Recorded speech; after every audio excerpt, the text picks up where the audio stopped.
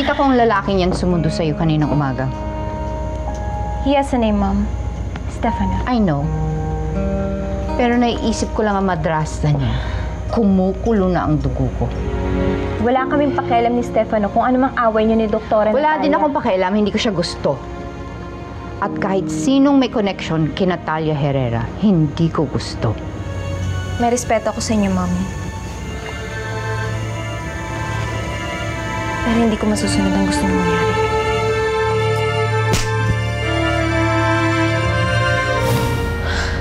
Alam mo, Giselle, maganda ka.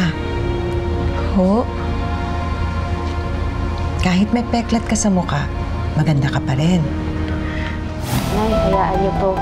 Pag sumweldo ako, ibibigay ko pong buong buo sa inyo.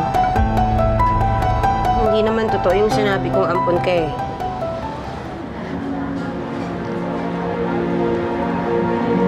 Galit lang ako noon kaya ako nasabi yun.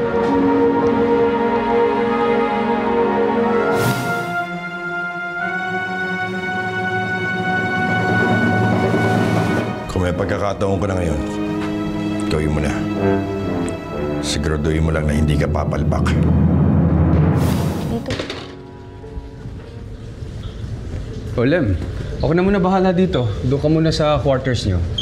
Sigurado po kayo, sir. Magkita tayo dun, ha? Salamat po. Sige.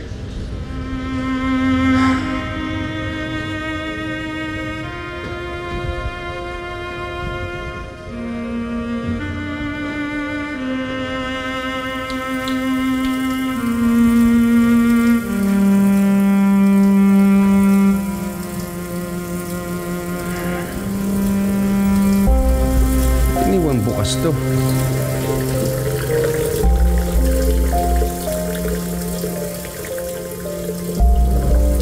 Ay, masira.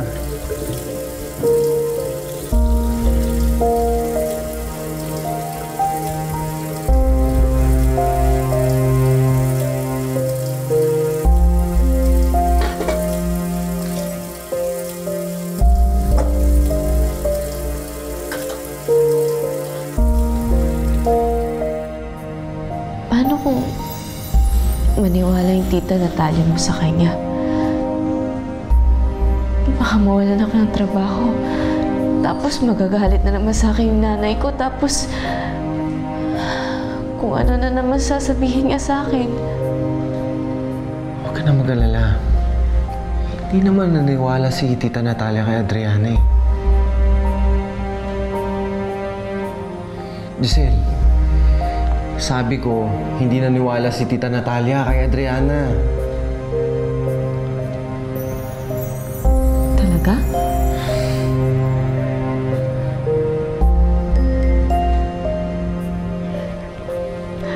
Salamat, Calvin. Salamat.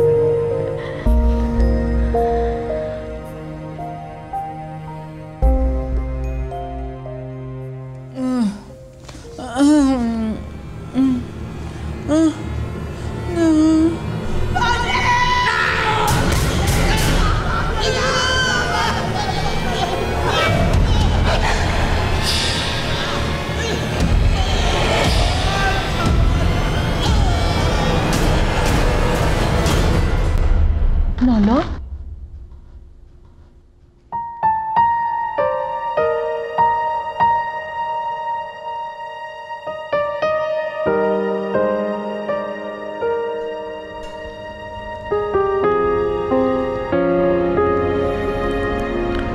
Masaya ako pag nakikita kitang masaya.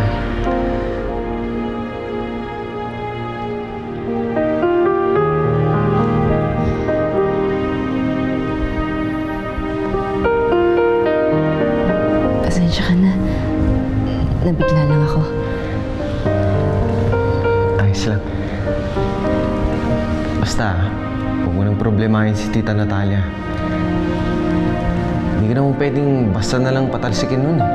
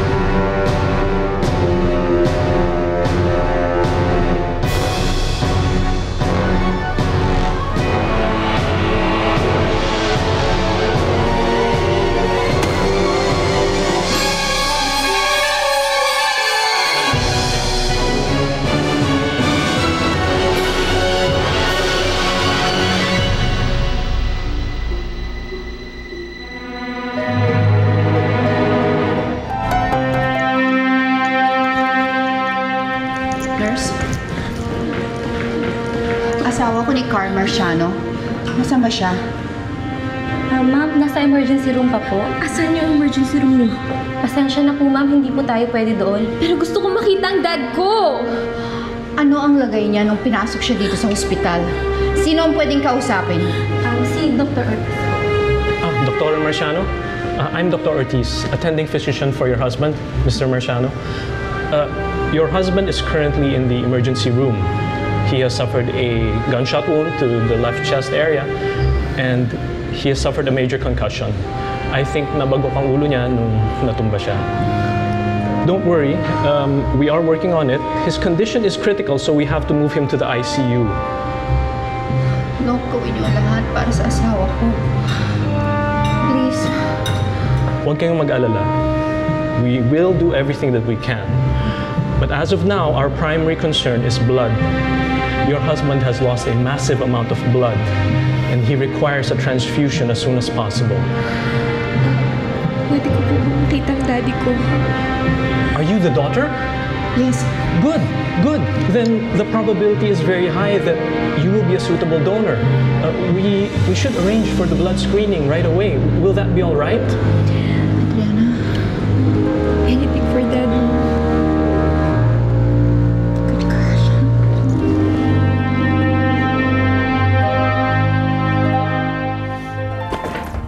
Inutil! Boss, pinuruhan ko naman eh. Kung napuruan nyo, di sana sa morgue isinugod, hindi sa ospital. Magtago kayo. Ayoko sumabit yan dahil sa inyo. Dahil kapag ako sumabit, may kalalagyan kayo.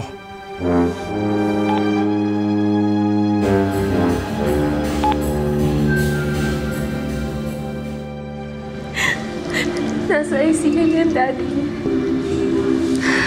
Kinukuha na ako ng blood sample. Para naman masalinan na siya ng dugo. Don't worry. Everything's gonna be fine. Kasi naman yung gumawa sa kanya nito, kapag may masamang nangyari sa dad ko, hindi ko talaga siya mapapatawan. I mean, who would do this, diba? Wala naman ako kilalang kaaway ni daddy or galit sa kanya. Kasi alam ko napakabait niyang tao eh. Para gawa siya ng ganito. Nay, ano po? Isinugod po sa ospital at ngayon ay kritikal ang kondisyon ni Ginoong Carl Marciano, asawa ng kilalang cosmetic surgeon na si Dr. Paulina Valdez Marciano, matapos ang ginawang pananambang sa loob ng kanyang restaurant Yes, Sir Carl yun. ayon sa investigasyon. Natin niyo yung Ma'am Adriana.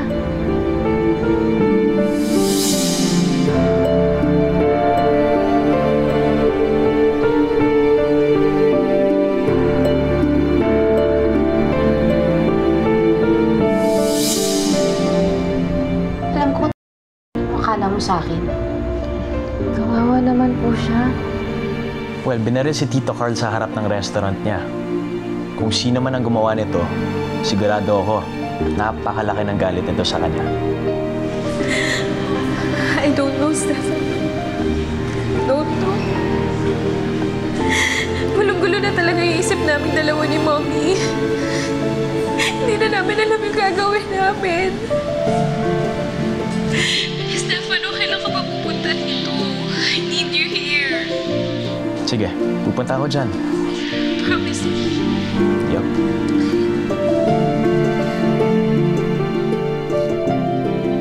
Bakit naman naaawa ka sa mga ganyan? Eh, yaman-yaman yan. Alam mo, yung mga mayayaman, makinig ka, mabaril yan, o kung anumang sakit ang dumapo sa kanila, hindi namamatay yan. Kasi may pangpagamot yung mga yan eh.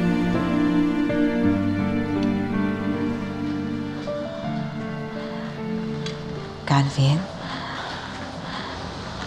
Anak, may masamang nangyari sa Kuya Carl mo.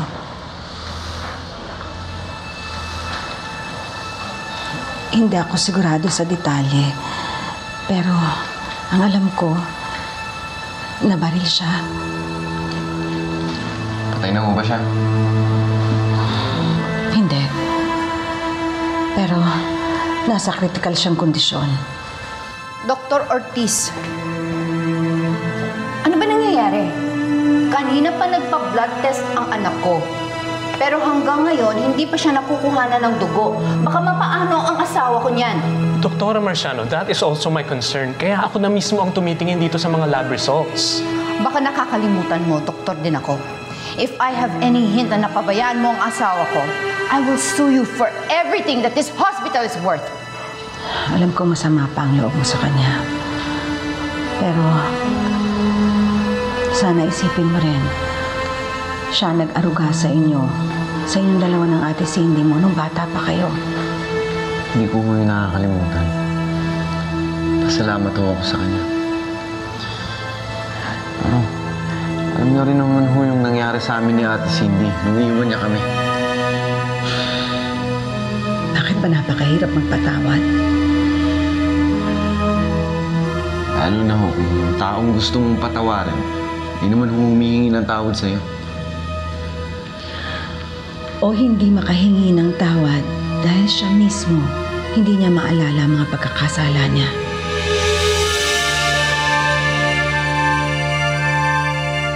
Hindi niyo na kailangan manakot, Doktora. We are doing everything that we can. The problem is, hindi magkamatch ang dugo ni Adriana at ni Mr. Marciano. Anong ibig mong sabihin? The blood type of Mr. Marciano is A. The blood type of Adriana is B. They don't match. Ayon sa huling medical bulletin, maraming dugo ang nawala kay Ginoong Marciano at kailangan niyang masalinan ito para masiguro. Dugo lang naman pala ang kailangan nito para gumaling siguro naman marami naman silang pambili ng dugo, di ba? Oy, Giselle, huwag nga natin problemahin ang problema ng ibang tao, ha? Sige na, marami ka pang uhugasan na pinggan dyan. Sige po. So? Kung hindi B ang blood type ninyo na nanay ni Adriana at hindi rin kayo magka-match, hindi si Mr. Marciano ang ama ni Adriana.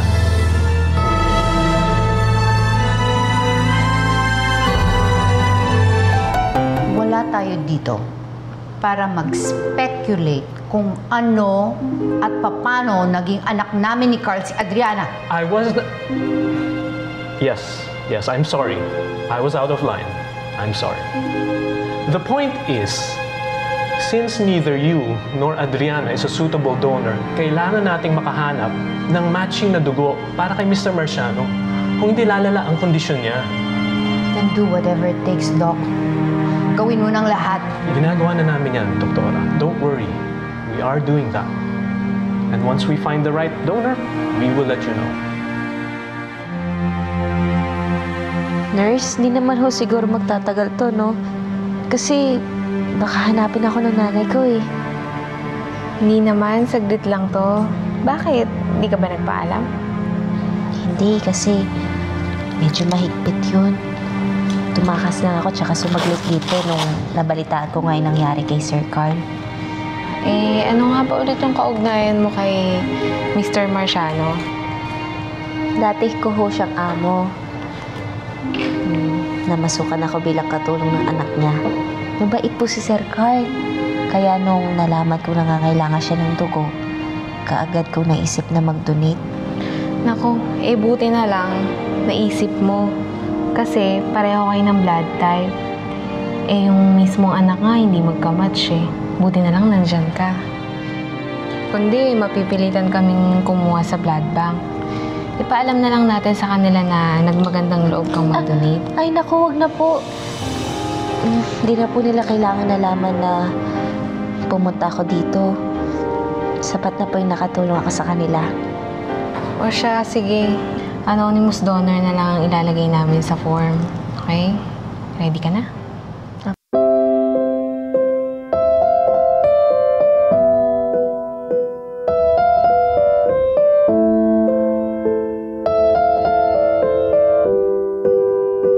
Panginoon, tunay ngang mahirap kalimutan ang nakaraan at mahirap ibigay sa kapwa ang pagpapatawad.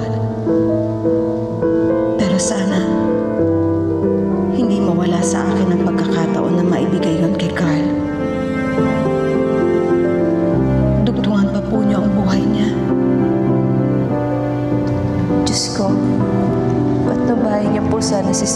Carl. Ilayo niyo po siya mula sa bingit ng kamatayan. Napakabuti po niyang tao. Hindi man nagkaroon ng linaw ang lahat ng nangyari sa amin. Hayaan niyo po siyang mabuhay. Alang-alang po sa anak niya na nagmamahal ng lubos sa kanya. Napakabata pa po ni Mama Adriana para maulila sa ama. Ayoko pong maranasan niya ang naranasan ko. Noong kunin niyo sa akin si Tatay Oscar.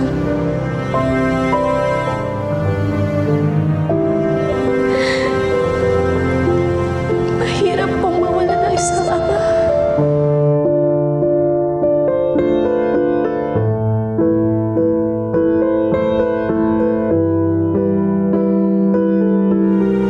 Itinataas ko po sa inyo ang kanyang kaligtasan.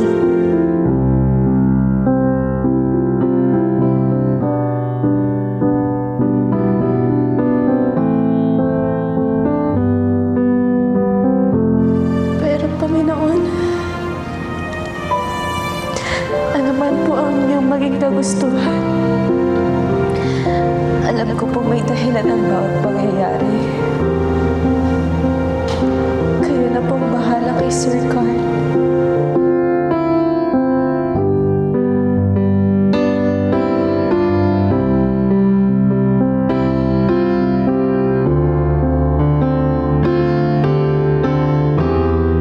Dr. Marciano, good news! An anonymous donor came forward just this evening. Nakamatch ng dugo ni Mr. Marciano. Ipiprep lang namin siya and then we will proceed with the transfusion. Salamat, Doc. And all this time, dinadoubt kita. Wala yon. Natural lang sa asawa ang mag-alala. Ang babantayan na lang natin ngayon ay ang kanyang head injury. Kasi hanggang yan, di pa rin siya nagigising. And we can't be sure that he will make a full recovery, of course. Naiintindihan ko. Pero, labis ang pasasalamat ko at matutulungan mo ang asawa ko. Well, you're most welcome. And if you'll excuse me.